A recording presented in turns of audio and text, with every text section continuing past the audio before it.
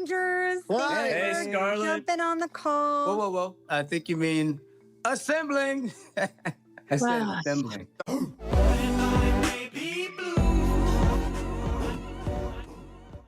Hi everyone, it's Blue. Make sure you like and subscribe and go follow me on my Twitch and my other YouTube channel. Those links are down below. Also my Patreon, where I have more content on there that I don't post here. All right, ladies, you're 0-2 against this guy. 0-2. All right, but you learn more from your losses than your wins. So, let's get into the game tape. All right, ladies. Today I'm going to be reacting again to The Critical Drinker, Dear Hollywood Celebrities, Nobody Cares. Now, it might have come to your attention that there was an election in America this week. No way. I know, right? If only someone had told no. us. Now, I'm not here to talk about the election itself because, believe it or not, I'm generally smart enough not to stick my nose into things that are none of my damn business. But do you know who isn't?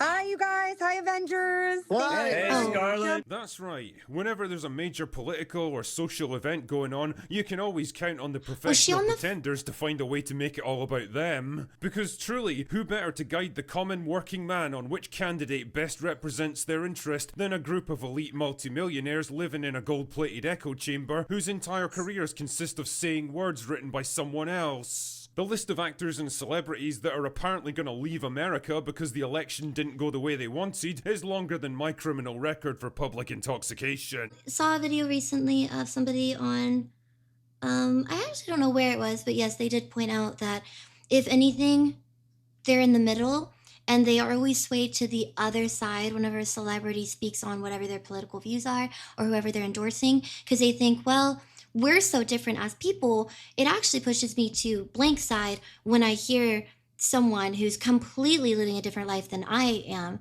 want these things or want these policies. My criminal record for public intoxication. But like, what kind of threat is that even supposed to be? Why do you think anyone even cares where you live? Do you really think there's people out there that are deeply invested in keeping you in the same zip codes? Like, if you threaten to never appear in any movies or show your face in public ever again, I guess that might be something a bit more meaningful, but then that would actually mean putting your career on the line. No more big paychecks, no more private jets, no more awards ceremonies where you sniff each other's farts and talk about how good it smells. And we all know you'd never do that because if you don't have fame and attention anymore, what do you really have left to keep you going? And now that it actually is all over, I wonder how many of those people are actually going to go through with it anyway. Probably about the same number who left the country 8 years ago when the same exact thing happens.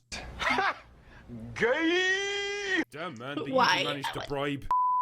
Sorry, persuade the Avengers cast to do a totally authentic Zoom call where they gushed about how much they loved chosen candidate. Hi, you guys. Hi, Avengers. What? Thanks Hey, for Scarlett. jumping on the call. Whoa. I think you mean assembling. I said Wow. assembling. Don, that's pretty good. No, they thought it was funny. Oh my goodness, this is almost as authentic as Brie Larson's YouTube channel. Everything from the empty threats to leave the country to the half-hearted monotone endorsements where you can practically see the dump trucks full of money depositing their load in the background, to the endless Twitter posts ranting about how the Orange Man is going to blow up the world or something. It all just came across as so fake and hollow and out of touch. Just another performance by people who spend their whole lives pretending to be someone else. And when that's your job, when that's literally the only thing people know you for, it's kind of hard for them to take you seriously when you're trying to be all earnest and authentic. And when I think about it, the whole concept of celebrity endorsements just seems so tired and dated now, like some weird relic from a different time, a time when people actually used to look up to actors and celebrities, like the simple fact of being famous somehow injects you with wisdom and knowledge far beyond mere mortals like ourselves. Well, whatever bubble that once existed has well and truly burst now, because honestly, I think 2024 might go down in history as the year when people finally, completely and totally stopped giving a shit what movie stars have to say about politics. I mean, the writing's been on the wall for a while now. Social media gave us an unparalleled insight into the minds, and I'm using that term pretty loosely here, of our favourite icons of the big screen. But instead of making them more accessible and giving them a new platform to influence the masses, all it really did was lift the curtain on how dull, mundane, petty, and needy so many of them are. Oh my goodness. So they even made the video black and white to feel more heartfelt? Is it not like one of those YouTube apology videos? Just wait, mine might come one day. So I should probably not make fun of it. But where, you know, they just look disheveled, if that's the right word. And wearing a hoodie. And they're sitting straight at the camera, apologizing. Is it like that sincere feeling? Oh, and then the video, which I didn't know about. You mean assemble? It's really, like someone wrote that for them. Vibe. It also almost feels hypocritical, like, oh, you're going to comment on somebody else commenting about how no one should care about celebrities' opinions because just because you're famous doesn't mean that you have some infinite wisdom on something that's not even in your lane, which is interesting because what does a YouTuber know about? I'm speaking for me. This person actually probably does research and literally makes YouTube videos off of this all the time. But myself personally, I think it's a little bit different whenever you're just speaking. I mean, everybody's entitled to just have an opinion and speak on it.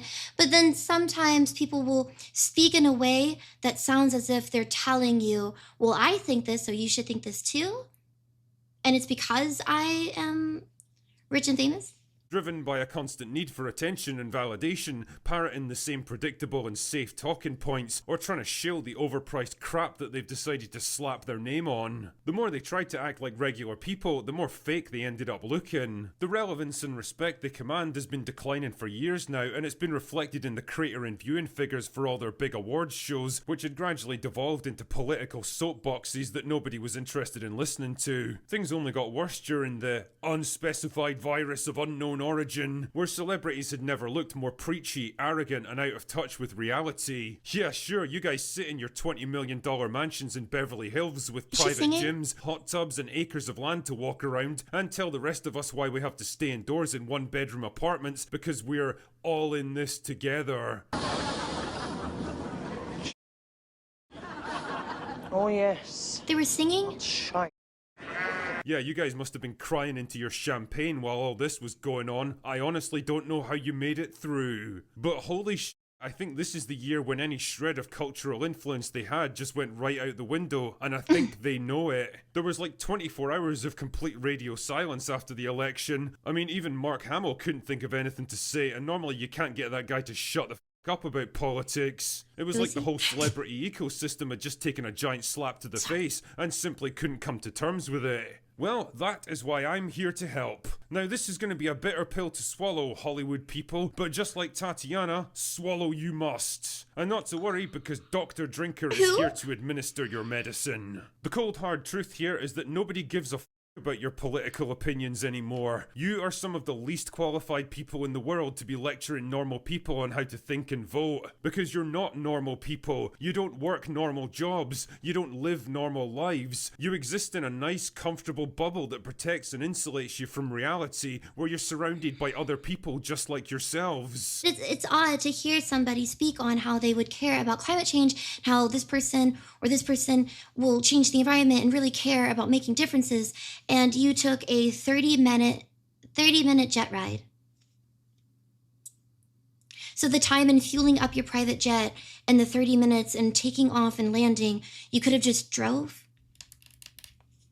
And the thing is, we don't actually hate you for that. There's nothing wrong with being rich and successful if you've earned it. And part of being rich and successful is that you end up getting a bit detached from the mundane reality of daily life. Again, we understand. And let's be honest, it's kind of cool to be an actor. You guys get to do stuff and go places that most of us could never dream of. And we're happy to cheer and boo the characters that you play. We're happy to be captivated by the performances you deliver. We're happy to listen to you talk about your craft and share stories and insights into what it's like making movies. But what we're not prepared to do anymore is be lectured by you, or told what causes we're supposed to support by you, or how to think and vote by you. This next bit is going to take a bit of humility and self-reflection, which I realise are two qualities you're not exactly hot on, but it's time to shut the fuck up about this stuff. It's none of your business, it's not your area of expertise, and it never was. Learn that lesson and you might just get back the respect and attention that you want. Learn it not, and well, you might just find out how fickle a mistress fame really is. Anyway, that's all I've got for today. Go away now.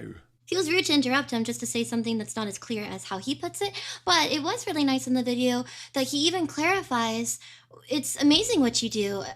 obviously that's why you're famous and you've earned it, most of them, because your craft and people are in awe about your characters and the performances that you put on. That was really nice for him to clarify in the video, because it can seem whenever you're critical, whenever you're criticizing someone, it could probably be misunderstood as, oh, there's just, you're a hater or there's jealousy. It's like, no, there's nothing wrong with being famous or even being rich. No one's hating on you. Well, maybe some people are, but the point isn't to hate on you because you live such a different life. The point is that whenever you live such a different life and you tell people who live so differently from you how they should live theirs because that's how you live yours, that doesn't connect. It doesn't really make sense. I hope that you liked this video. I thought that he made really good points.